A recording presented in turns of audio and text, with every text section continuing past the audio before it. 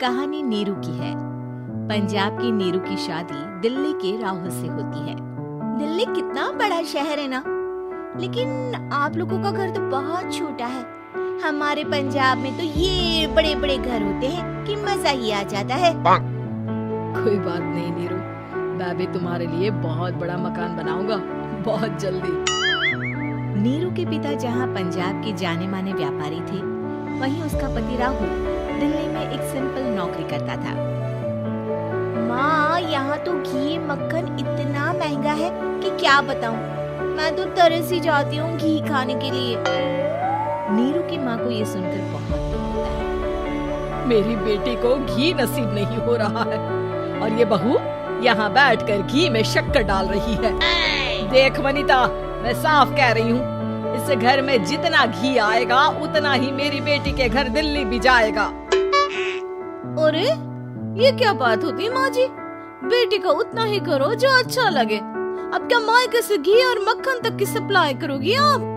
हाँ, मेरी बेटी किसी चीज को तरसे मुझसे बर्दाश्त नहीं होता। अब क्या था, नीरू के मायके में 2 किलो घी आता तो 2 किलो दिल्ली जाता नीरू के पास। एक दिन, माँ बड़ी गर्मी पड़ती है दिल्ली में। इस घर में तो एक ही एसी है और वो भी ड्राइंग रूम में। सारा परिवार एक ही कमरे में सोता है। अब बेटा, वो तो हर घर की कहानी है। यहाँ भी एक ही एसी है। अरे बिल इतना आता है कि क्या बोलूं। तभी वहाँ राकेश आ जाता है। माँ, थोड़ी देर में यहाँ कुछ प्लम्बर आएंगे मेरे कमरे में एसी लगाने। जरा ध्यान से लगवा देना ना माँ। ओए, ऐसे कैसे तेरे कमरे में एसी लगेगा? ओह राकेश, एक बार बात तो कर लेता। अरे पापा, वो वनिता को गर्मी में नींद नहीं आती। ड्राइंग रूम में सबके साथ सोने में वो अनकंफर्टेबल है, इसलिए। अरे पूरे परिवार के साथ वहाँ तेरी बहन नीरू भी तो सोती है। वो नहीं हो रही क्या अनकंफर्टेबल? समझ रहा है ना? अगर एसी लगेगा तो एक दिल्ली में तेरी बहन के कमरे में भी लगेगा, तभी तू लगा सकेगा। राकेश वनिता को सारी बात बताता है। वनिता करती भी क्या, मन मार कर बैठ जाती है। माँ, ये लोग ठीक नहीं है, क्या करूँ मैं? अरे बेटी, यहाँ आ जा तू, यहाँ आकर रह ले। अरे छोड़ दे ऐसे पति को। कैसे छोड़ दूँ माँ? समाज क्या कहेगा, लोग क्या कहेंगे? वैसे भी मेरा एक बेटा है मयंक। अरे हटा बेटा, तेरी उम्र ही क्या है? इतनी परेशान रहेगी तो काम कैसे चलेगा?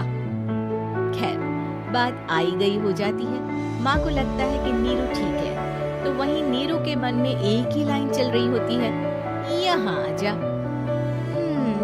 माँ ने तो बोल ही दिया है कि यहाँ आ जा। बस मयंक थोड़ा सा बड़ा हो जाए, इन गरीबों को छोड़कर मैं वापस माँ के पास ही चली जाऊंगी। वो इसी सोच में बाजार में चल रही थी कि मैम, आपका दुपट्टा जमीन को छू रहा है। नीरू जैसे ही उस लड़की की तरफ देखती है, देखती ही रह जाती है। हाय रे, कितना सुंदर लड़का है ये। अब क्या हुआ? मैंने कहा आपका दुपट्टा। तो खुद ही उठाकर दे दो ना। लड़का समझ जाता है कि नीरू उस पर फिदा हो चुकी है। वो उससे उसका नंबर लेकर चला जाता है। अब क्या था, नीरू और रोहित में लगातार बातें होने लगती है। मैं हरियाणा का रहने वाला हूँ, यहाँ एक बड़ी कंपनी का मैनेजर हूँ। अच्छा, और कितने बच्चे हैं तुम्हारे? बच्चे? अरे मेरी तो शादी भी नहीं हुई है। तुम बताओ, शादी करोगी? नीरू शर्मा जाती है।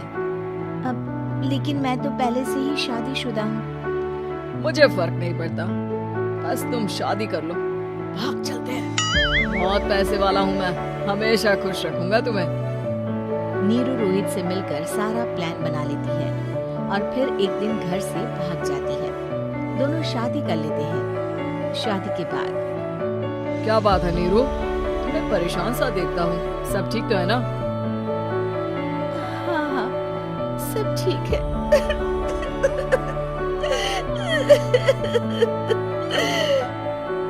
ये कहते कहते ही वो रोने लगती है। अरे क्या हो गया, रो क्यों रही हो?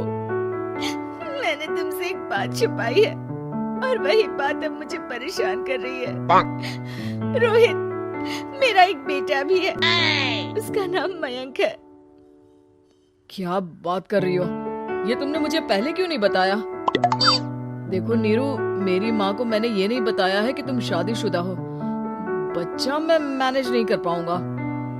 नीरू को समझ में नहीं आता कि वो क्या करे। तुम उस बच्चे को अपनी माँ को क्यों नहीं दे देती? नीरू चुपके से माँ को फोन करती है।